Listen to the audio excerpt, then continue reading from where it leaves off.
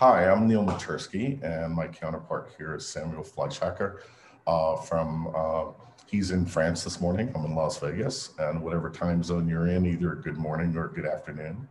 And this is, we hope to be the first in a regular series of short, brief, high-level presentations to our audience and our customers and to the marketplace of different things that we have going on, things that are applicable to the bonded cellular arena, the REMI arena, and different, whether it's a technology update, use cases, and just to be more proactive and being engaged with our audience and our customers.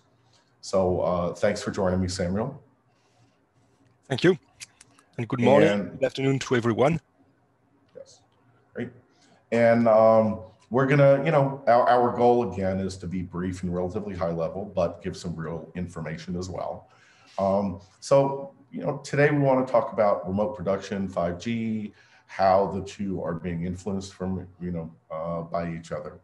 And I'm going to start with very brief, but a little story of years ago when I was young. I was an EIC on a production truck, and I was 24 years old, and we were an auxiliary truck for ABC Monday Night Football. And this was back when Monday Night Football was the epitome of sports broadcasting. And one of the engineers kind of took me under his wing, I guess he kind of liked me, he was talking to me, and he said, "Hey kid, do you know what a remote is? Do you know what the definition of a remote is?" And I took it serious. I didn't want to seem like a stupid kid. And yes, I was like, well, yeah, it's when you generate a show from a remote facility, not within studio confines. He said, yeah.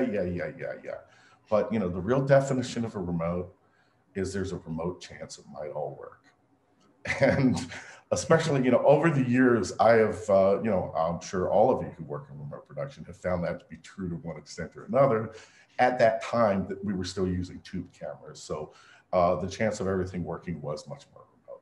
But one of the points I want to make, besides just nostalgia, is that remote production, especially the types of remote production that we are doing today and looking to do more of and better, requires robust connectivity, reliability, and performance. And we're at the point where those have come together with the technology that we use, where REMI production at home is a reality. Some people on the lower end are doing it at home, literally. But for the most part, at home REMI, to our world means in a centralized control room. So all sources, or as many sources as possible, are simply brought in as remotes rather than a full production on site, so that everything comes in as remotes and is produced in a central location.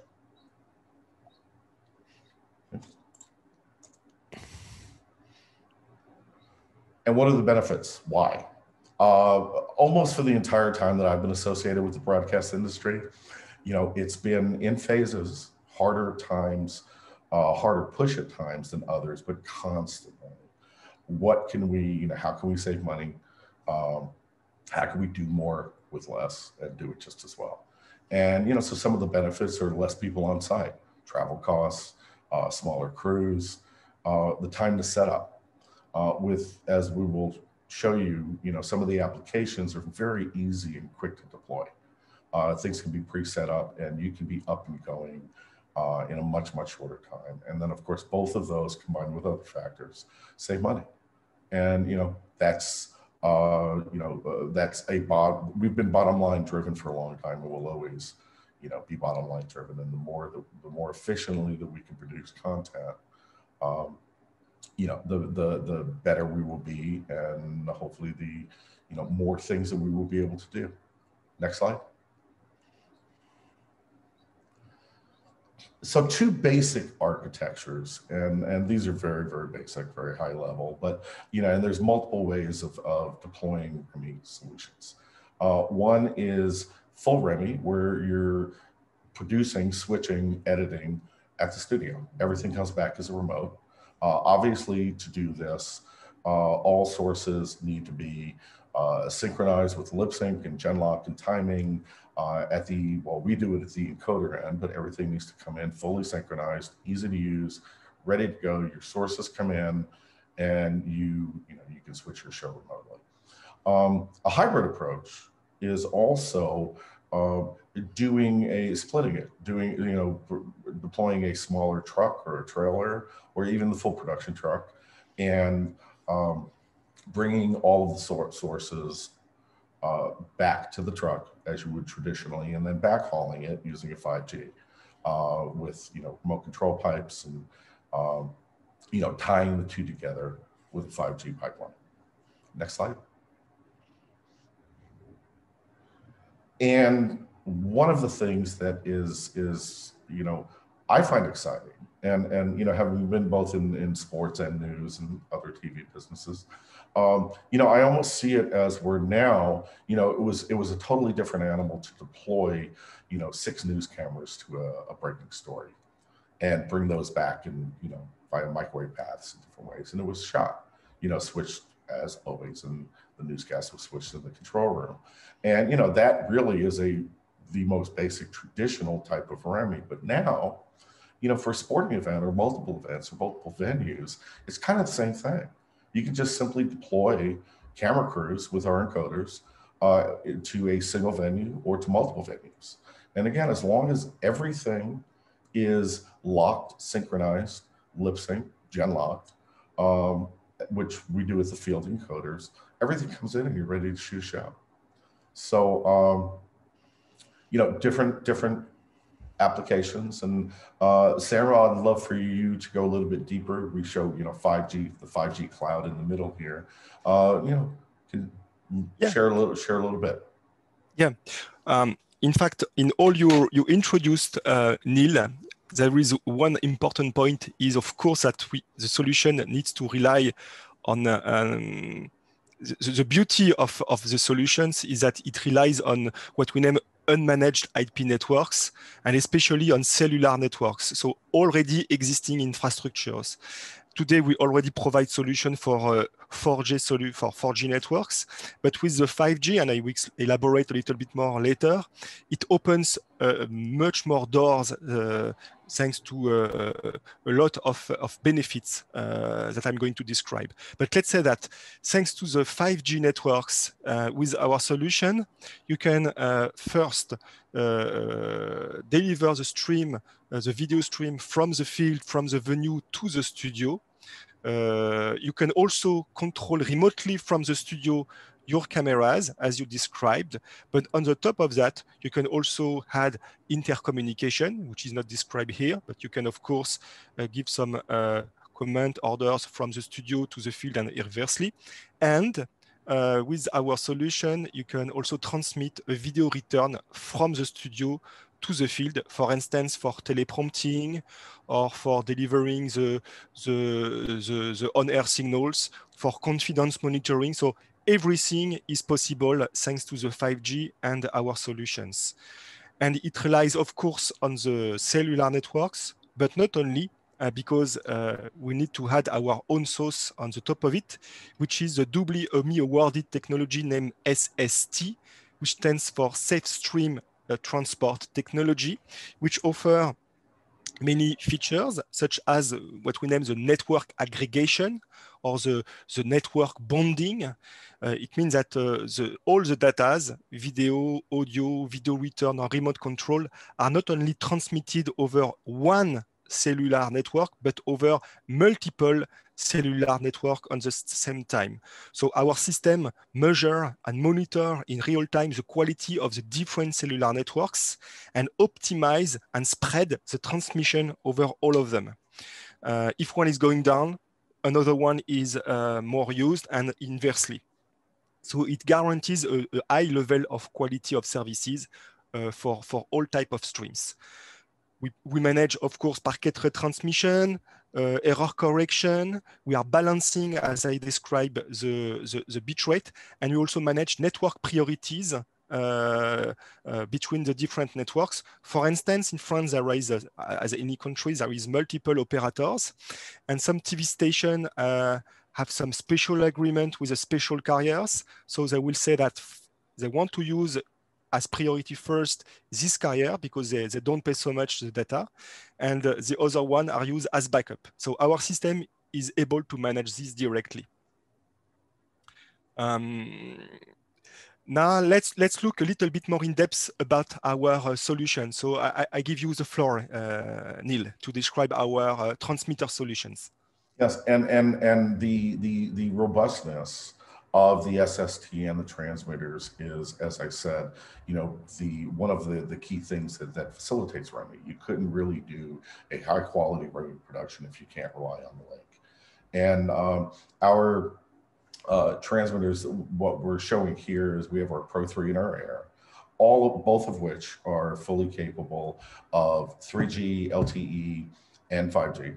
The 360 that we're showing is 6 modems, and the Air, which is Air 320 and 220, is a 2 modem device that we can extend up to, I believe it's about 11, 12 total external modems with antenna pods, but they're expandable as well.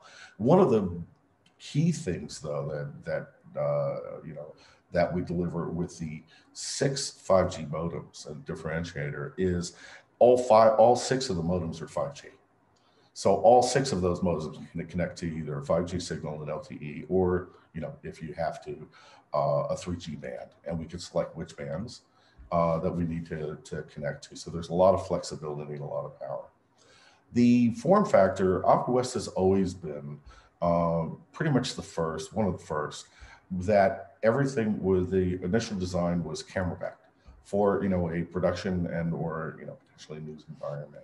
A lot of people in some markets, you know, such as news, especially, like to use backpacks. So, you know, we can be configured in it's a very robust unit. So it's not just the connectivity that's robust, where we have the robustness, it's in the antennas and the modems and the unit design. I mean, it's a sturdy box. It can be deployed on a camera back, in a backpack. The Air can be deployed on a pouch. It's got a 1/4-20 connector. It can be on tripods, many different applications. And coming soon will be our Pro 4 series, which will have all of the same capabilities, but will have the additional capability of either a UHD signal or 4 multi-HD signals. The 5G rollout in the US, you know, a lot of people, you know, will say, oh, it's just marketing. And Samuel has a lot of experience worldwide with the rollout, which is, you know, a bit different than in the US. But the carriers, the marketing part is somewhat true, but there are real 5G deployments in the US being rolled out. They're called non-standalone, where it utilizes 5G for the data path, and the phone call, the actual connection, is managed through the LTE infrastructure. And all of the carriers have different flavors within the sub-6 band. There will also be what's called standalone within the sub-6. And that is a pure 5G deployment, where the connectivity, the phone call, is established, and the data connection, the data flow is all through 5G. But one other area that I'll you know, let Samuel expand on a little bit, that is both a challenge and in the long term, I think is going to be one of the real benefits to the roaming production world, is the millimeter wave band, which we show here in the 24 to 30 gig. And that currently, well, that is where some of the US carriers, and I'm not sure overseas, but you have some very interesting things going on at the Olympics, I know, Samuel. I'm not sure how much you'll be able to talk about. But that is a different type of deployment, where the sub-6 is more similar to LTE, right, where it's everywhere. But in the millimeter wave, it's, you know, it will require different antennas, different modems. You know, you won't be able to share across the band. It's very high frequency, limited distance, but it's almost like a hotspot connectivity with extreme bandwidth and extremely low latency. Yes, you summarized it very well, Neil. I just need to add that today our solution are of course sub-6 GHz compliance for non-standalone and standalone networks. So they are already full compliant. And thanks to our solution, you can let the system manage the selection of the generation 3G, 4G, or 5G in automatic mode, or you can also tell it directly, I want to be in 5G and only in 5G. Of course, in standalone mode only. So you can already configure that. For the millimeter waves, yes, of course, our investigation is that millimeter wave will probably will be the technology that will equip stadiums, some Formula One areas and so on with let's say a fixed installation to allow very high bitrate and ultra low latency. So, and we are working on that topics for the next generation of solution, and especially a dedicated external cameras. Now, if we look at the benefit of the 5Gs, because sometimes it's summarized by more bitrate, lower latency, and better quality. So, of course, but what is behind that, and what is the interest for the video activities and the remote production? So a better bitrate, so typically it's 10 times better than 4G. So better bitrate means that you can transmit much more speed, or you can transmit Ultra HD where you could not do it safely right now. Better density means that you can have much more equipment in the same area, which are 5G. So we can have everything in 5G, our transmitters, but also the microphone, also headset, everything. So it is possible with 5G. Better latency, of course, when you are performing and achieving a real-time system, you want to have the lower latency offered by the system. So it's on the network side is 1 milliseconds. So it will never be a glass-to-glass latency, because we have to add on the top of that the encoding time, the decoding time, and so on. But the latency of the network itself is significantly reduced. And the next point is what we name the mobile edge computing. It is the capabilities to host inside the core network of the carriers the video processing that today you do on your premises, in your studio. So you will move your studio inside the carrier networks to do the jobs. And thanks to that, to the radio part with the low latency and the mobile edge computing, you can have an ultra low reactivity and latency for your systems. And the last point is a better quality. So with 5G, you can define different level of quality with the quality of services layers, and also what we name the network slicing. So the network slicing, you have to imagine that it's like an highway. Typically today with a 4G, you have a highway that is used by everyone. With 5G, you will have dedicated paths, the slice, which are named the slice, for which you will rent, for instance, this slice, and you will be the only one to use it. So it means that when you are performing a live in the stadium, you will not share the same bandwidth that any consumer with a smartphone. So you will have a dedicated road for your live, which will have no artifact, no impairments thanks to that. So this is the benefits, the technical benefits of the 5G networks. So by AVIWEST, we made several deployment. So I'm going to leave France in 2 days for Tokyo, and I will deploy some 5G systems right over there.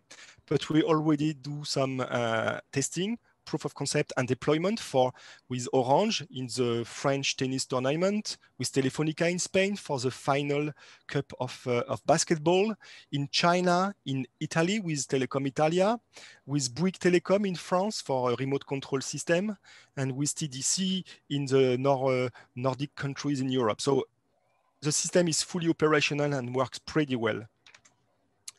Now, let's look on the different type of streams involved in the remote production. And Neil will explain this to you. Well, I mean, the pieces that need to come together are, the first and foremost, we need the live transmission and the robustness and the robust and low latency connectivity of SST over 5G. Next, then we can facilitate, once we've established that connection, utilizing our data bridge, we've established a bidirectional data path back to the studio LAN, and we can provide remote control, again, in a robust environment. We've got to get that robust connectivity out of the SST, so it gives us, live transmission, camera remote control, and video return, and as well as intercom applications. And with the video return, all three pieces come together. We've got live control, video return. We can provide communications. So, interfaces, 4-wire interfaces to intercom. And one of the things with return video is we can create an infrastructure at your studio with up to 16 discrete return video sources. So if you have more than one location, or more than one talent location in the stadium, or you want to feed cameras different returns, actually have the flexibility of feeding 16 sources across multiple stream hubs back out to multiple field encoders. So there's a lot of flexibility there. And that's what is all three of those brought together. You can stay there, that's fine. All three of those are the elements that need to come together and successfully be able to deploy a true production. The setup is easy. Go ahead and bring everything in. It's simple enough. But the fields side is very simple. It's an Ethernet connection. We have 2 Ethernet ports out of the encoders. Can plug that directly into an IP controlled camera. Set up a static IP address on, I'll touch a little later, of how it's really just an extension of your LAN. Video in via SDI or HDMI, and return video out via HDMI. Select the data bridge, turn on the data bridge, and hit live, and away you go. It connects, and you have full remote control. Very easy, simple, and straightforward.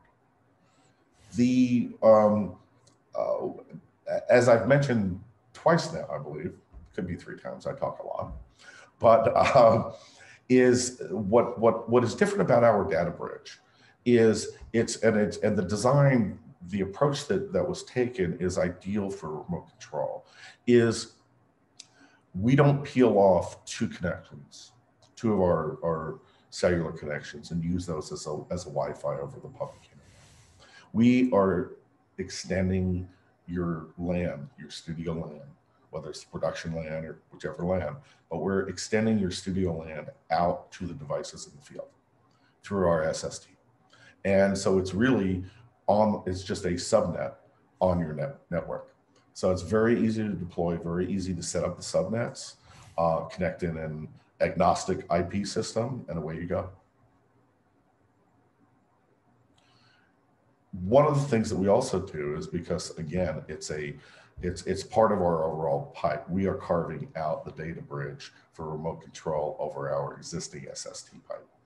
And during live, we reduce to both protect the live transmission and ensure that we can that we have enough bandwidth available for remote control, is we reduce the data bridge capability, the throughput, to more than enough to handle remote control, to handle IP audio devices that may be connected and used, whether for intercom or future, IP devices. So there's more than enough data is maintained for all of those ancillary services, but we protect the bandwidth of the live transmission.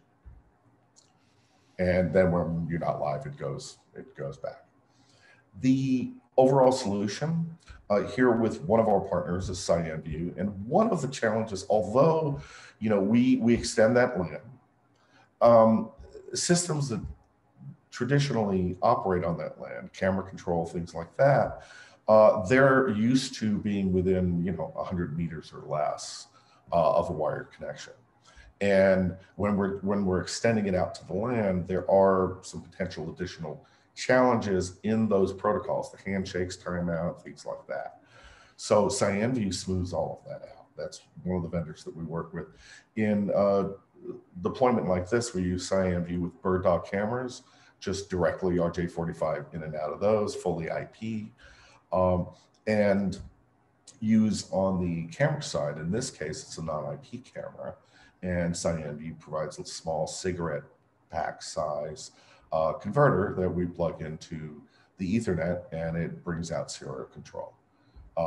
So the, although we're agnostic to, any type of system, because we've created that extended WAN connection and can be utilized, by pretty much anything. Some will work better than others because of the inherent challenges of extending, local area network further than 300 feet. Go ahead, I'm sorry, you can change. And again, just a little bit deeper look. This is technically on just tally, but it shows the pieces a little clearer. It's fully tally capable. It can do old-fashioned closers, GPIO. It'll do TSL protocol and pretty much any tally over IP existing protocols that are out there as well. And with serial camera, it can be facilitated with both feeding the tally into the camera for the eyepiece and to the front, to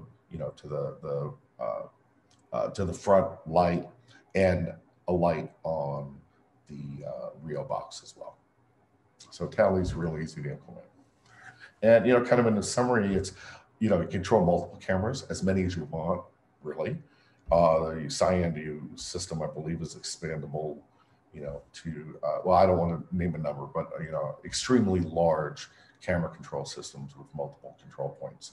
Multiple cameras, doesn't matter what camera, we can do IP cameras, and it's very, very simple and fast to set up and establish.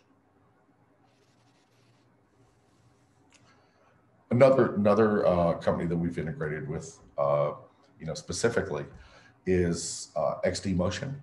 Very interesting robotic cameras and both tethered and untethered drones. And next slide shows the type of implementation through their system is, they have a small controller. And again, we're providing the LAN connection, their controller, their devices, or your controller, cameras that are ready to be controlled. But in this instance, both robotic cameras. And what I find real interesting is we can't do this in the US right now, but from an aerial drone, where the air is actually mounted on the drone and it's flying. Or, they also have the tethered drone where that is on the ground. Unfortunately, because it's actually not the FAA, the FCC prevents, that would be an airborne cellular transmission. We can't do that. But very, very interesting application that we, Samuel and team have done previously. Okay, thank you, Neil. Another example, so we wanted to show you, of course, the principle and the benefits of 5G, remote production, and so on. But we wanted also to give you some example of concrete deployment to make sure that it's fully understood, of course, and to show you what we already did in the field. So here is another example with another type of devices, so bird dog equipments. It's an event that took place 1 month ago in Greece for the final of the Cup in the Olympic Stadium. And as you can see here, with the AVIWEST solution, the production team were controlling bird dog cameras during the event through the 5G network. So it was on the 24th of May, during the 79th final edition between the Piraeus and Thessaloniki team, which are very famous in Greece. So the two main teams. And the event took place in the Athens Olympic Stadium, but the production was achieved in the COSMOTE TV studios, and the transmission was managed by the COSMOTE 5G networks. So it looks like this, so nothing new compared to what we explained. So there was two PTZ at the two opposite sides of the stadium. Of course, this system was a complementary system of the existing infrastructures, okay, with traditional cameras and traditional systems. And they wanted to experience if remote production and 5G was working well.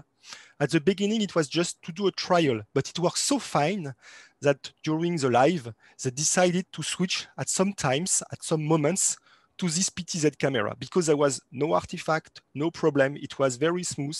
The quality was very high. It was all the time full HD videos without any problems.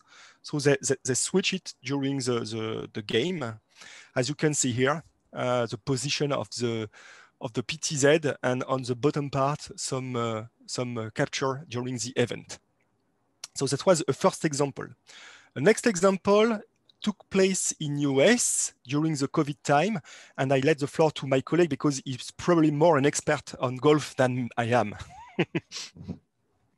A little bit, probably a little bit more, but you're probably more of an expert on soccer than I am. Yeah, this was actually a very interesting event. I believe, it's my understanding, that this was like the first live sporting event after COVID hit. It was a little over a year ago, back in May, which was soon after everything shut down. And the PGA Tour, you know, did the first production under, you know, post-COVID. It was broadcast both over broadcast TV and over the top digitally online. And it was, yeah, go ahead and reveal the entire slide. And the restrictions, it was very restricted because it was, you know, the very beginning, it was a private course. And, you know, so they limited 50 people on the course, including officials, you know, between the officials, golfers, everybody. So it left 28 people for the TV crew to cover a golf event. But it was, you know, kind of a shootout amongst 4 golfers, and they decided to follow 4 golfers around the course with a number of cameras. So there was the production crew with 2 field reporters at the location, shooting everything back to the St. Augustine, to the control room of St. Augustine, where, you know, they had play-by-play and a production team, and it was switched, and 2 analysts. And then also a wrinkle was one of the color commentary, Mike Tirico, was not able to travel. So he actually, via Return and Remy, provided the color commentary from his house in Michigan. Next.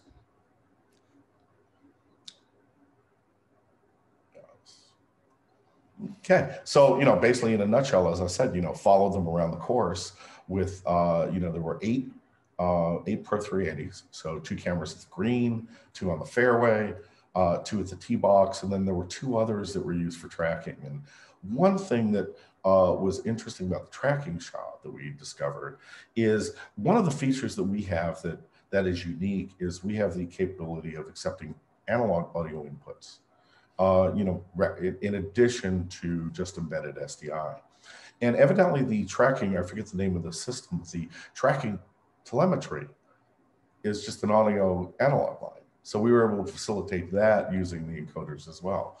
But there was a lot on one hole. So there were the 8 cameras, there were drone using our 320s, a couple of POV, well, 3 POV cameras using our Air 320, and 2 sound guys equipped, strictly as sound guys, with you know, an Air around their belt, following the talent. And you know, I believe they might have had Parab as well, but sound guys facilitated by the analog audio input.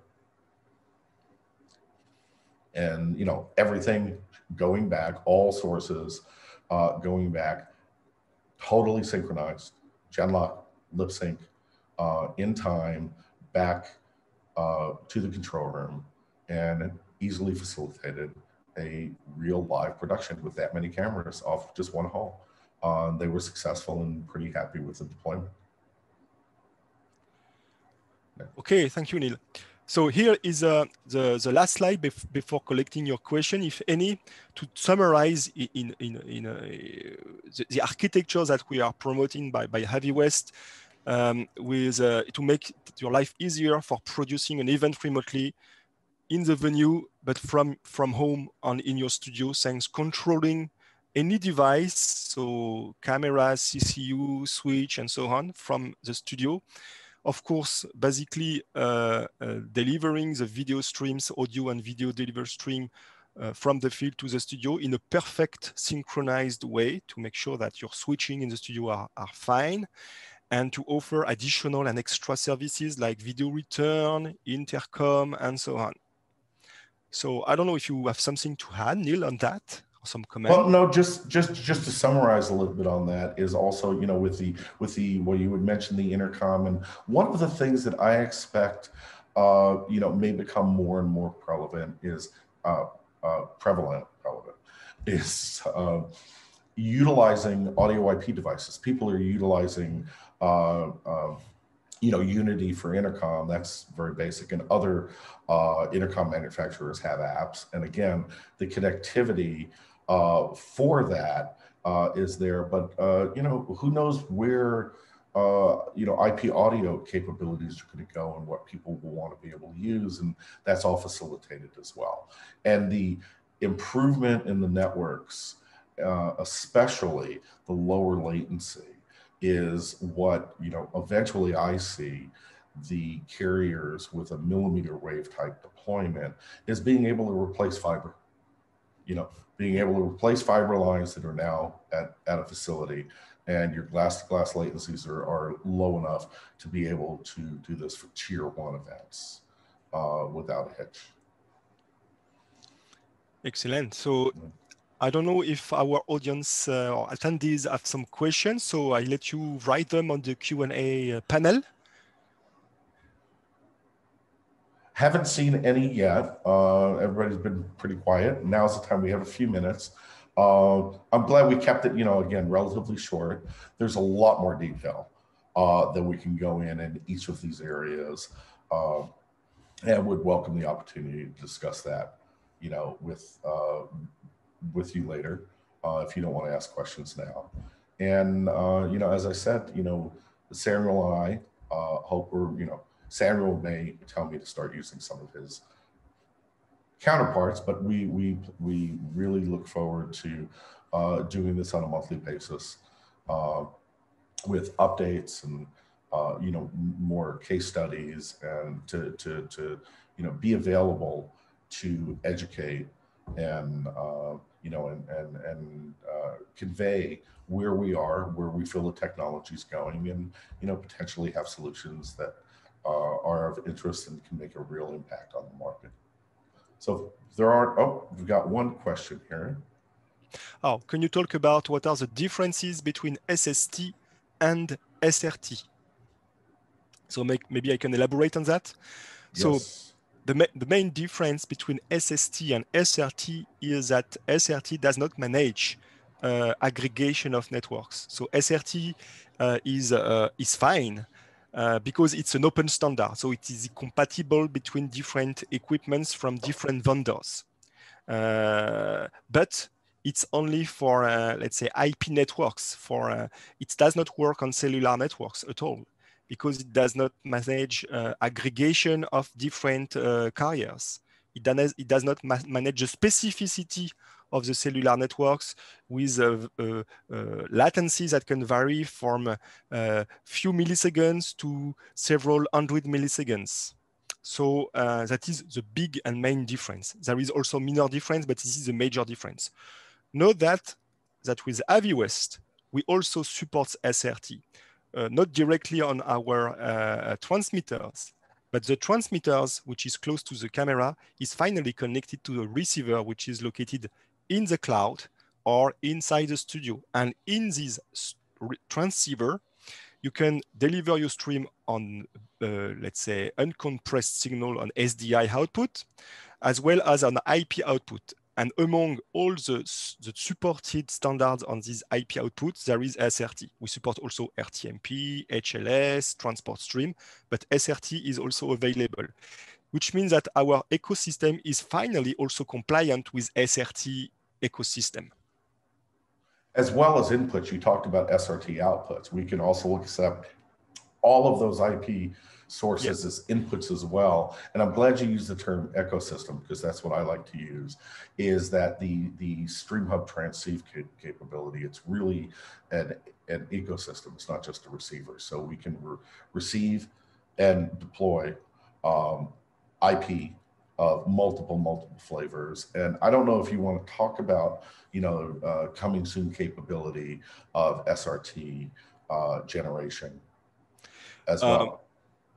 Yes, we also plan in our product, our transmitter for the end of the year, to have SRT output. So you will be able to select SRT output if you are not using the equipment on cellular networks, or SST output if you have to have enhanced services, all that I have described in the presentation. So you will have the choice of both on our transmitter in the near future.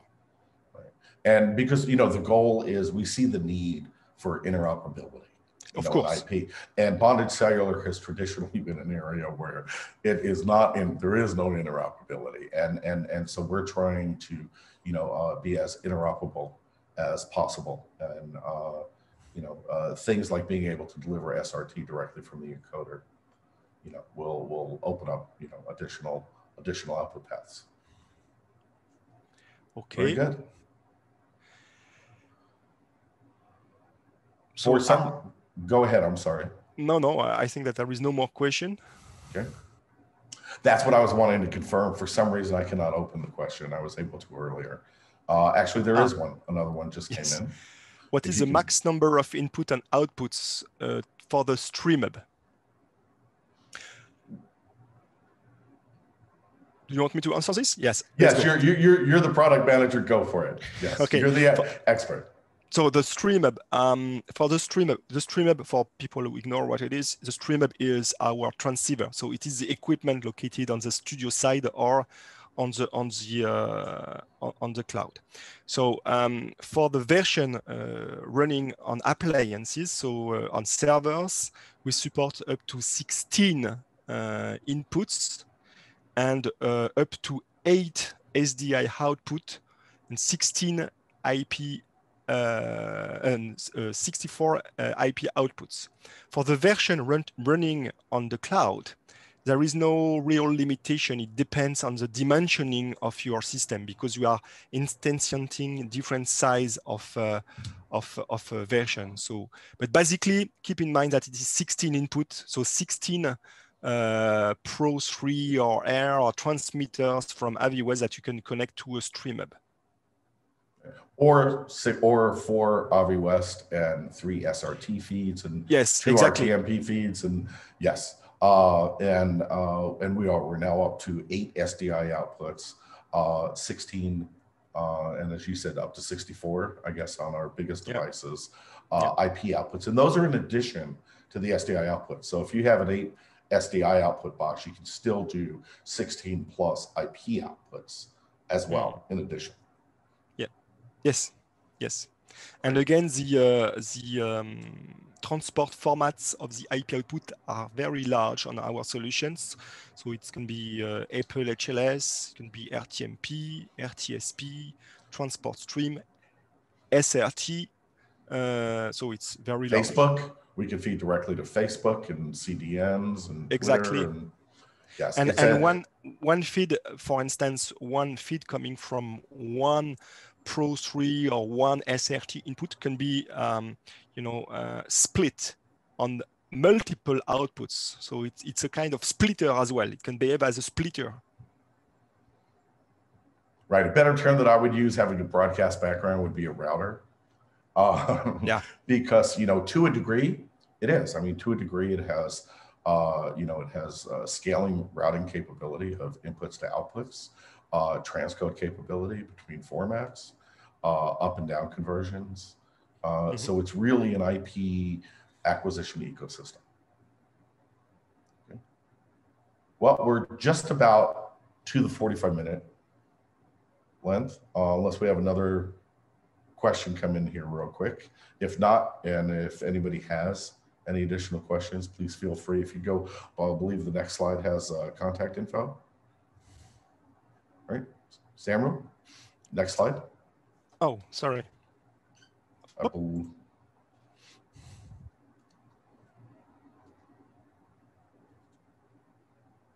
You can reach us at either of those addresses. We'll come to both me and Samuel following the webinar. And thank you very much for your interest and attendance and questions. And thank you so much, Samuel. Probably couldn't have done it nearly as well without your expertise. You're welcome. And everybody have a great day.